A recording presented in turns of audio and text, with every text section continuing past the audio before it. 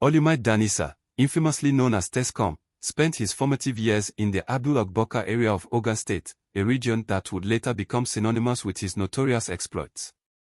Those who knew him during his younger years described Tescom as a gentle soul, far removed from the violent reputation he would later cultivate. His life took a dramatic turn in 2005 when he gained admission to study accounting at Abiola Polytechnic, an institution that would become the breeding ground for his eventual descent into the world of cultism. During his early days at Abiola Polytechnic, Tescom found himself drawn to the airlord confraternity, a group notorious for their ruthless tactics and unyielding grip on the school's social hierarchy. He quickly formed close bonds with several airlord members, who would often accompany him around the campus. Tescom's association with the airlords was not merely a casual friendship. He had allegedly expressed a desire to join their ranks, hoping to find a sense of belonging and identity within the group. However, Tescom's aspirations were soon exploited by the airlords, who saw him as a lucrative source of easy cash. They allegedly relieved him of a substantial portion of his finances, promising to initiate him into their fold.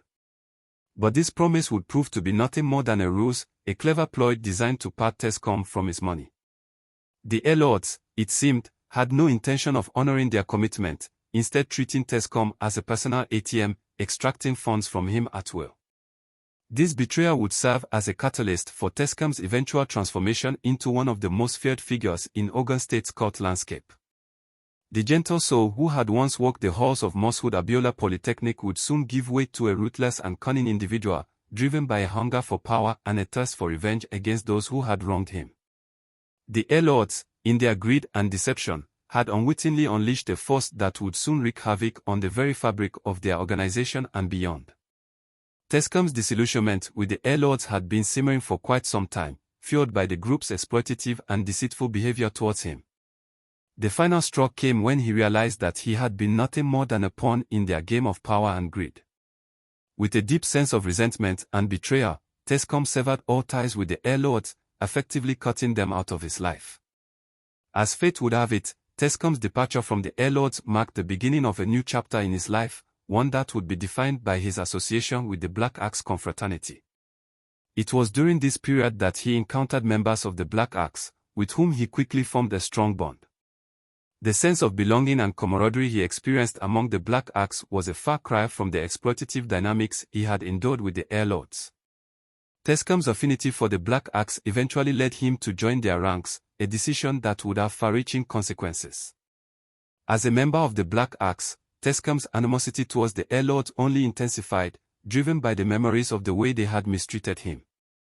This deep-seated resentment would soon boil over into violence, as Tescom personally orchestrated the assassination of several airlord members during his tenure as a high-ranking Black Axe member.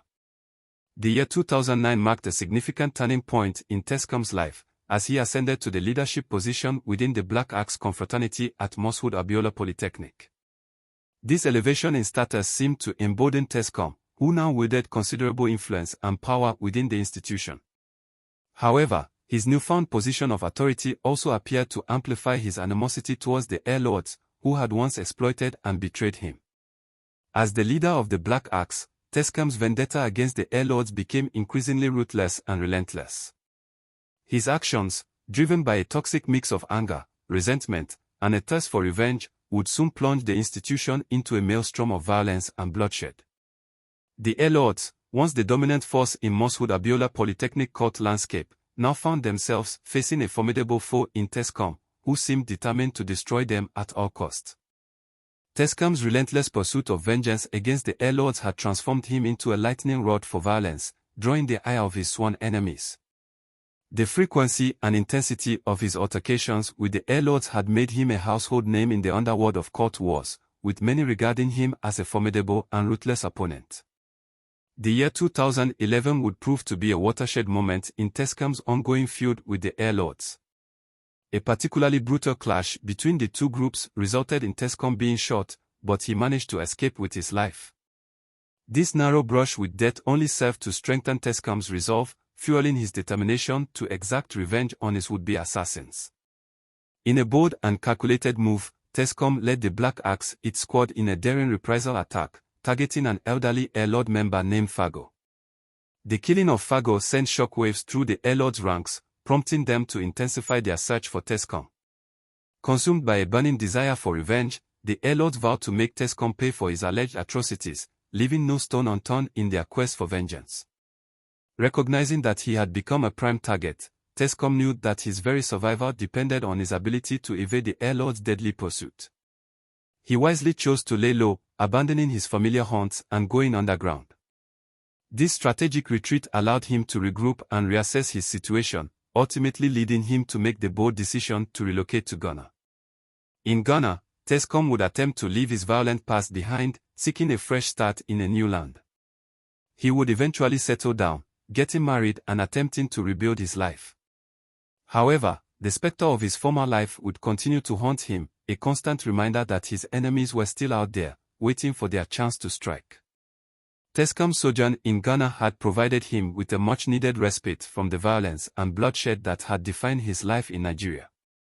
However, the call of his hometown, Abeokuta, eventually proved too strong to resist, and he returned to the city, determined to leave his past behind and start anew. As he settled back into his life in Abeokuta, Tescom continued to maintain ties with his fellow Black Axe members, but his approach to the group's activities had undergone a significant transformation.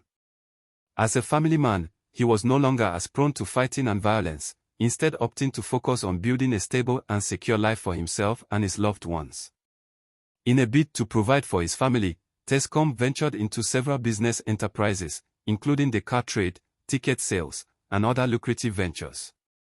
However, rumors also began to circulate that he had become involved in more nefarious activities, allegedly acting as a thug for politicians who required his services to carry out their dirty assignments. Despite the whispers surrounding his business dealings, Tescom's life appeared to be on an upward trajectory, with his family and business interests providing him with a sense of stability and purpose. However, fate had other plans, and on the fateful evening of April 2024, Tescom's life was brutally cut short by two gunmen whose identities remained shrouded in mystery. The assassins, who arrived at Tescom's residence in an unregistered Toyota Corolla, carried out their deadly task with ruthless efficiency, leaving behind a trail of bloodshed and devastation. The news of Tescom's murder sent shockwaves through the community, with many left to speculate about the motivations behind his killing. Some posited that Tescom's murder was the result of a long-standing feud with rival cultists, who had finally exacted their revenge. Others, however, believed that his business dealings may have gone sour, leading to a deadly confrontation with former associates or competitors. As the investigation into Tescom's murder continues, one thing remains clear: his tragic demise serves as a stark reminder of the devastating consequences of cultism and violent lifestyles. Tescom's story, marked by both brutal triumphs and devastating defeats, ultimately became a cautionary tale of the dangers of blind loyalty and the unrelenting pursuit of power. As we reflect on Tescom's life and untimely death, we are reminded of the importance of rejecting cultism and violent lifestyles. We must strive to create a society that values peace, understanding, and nonviolent conflict resolution. By doing so, we can work towards a brighter future, free from the shackles of violence and bloodshed. Let us say a no to cultism and violent lifestyles. Let us choose a path of peace, love, and understanding. Rest in peace, Tescom. May your story serve as a warning to others, and may your legacy inspire us to strive for a better world.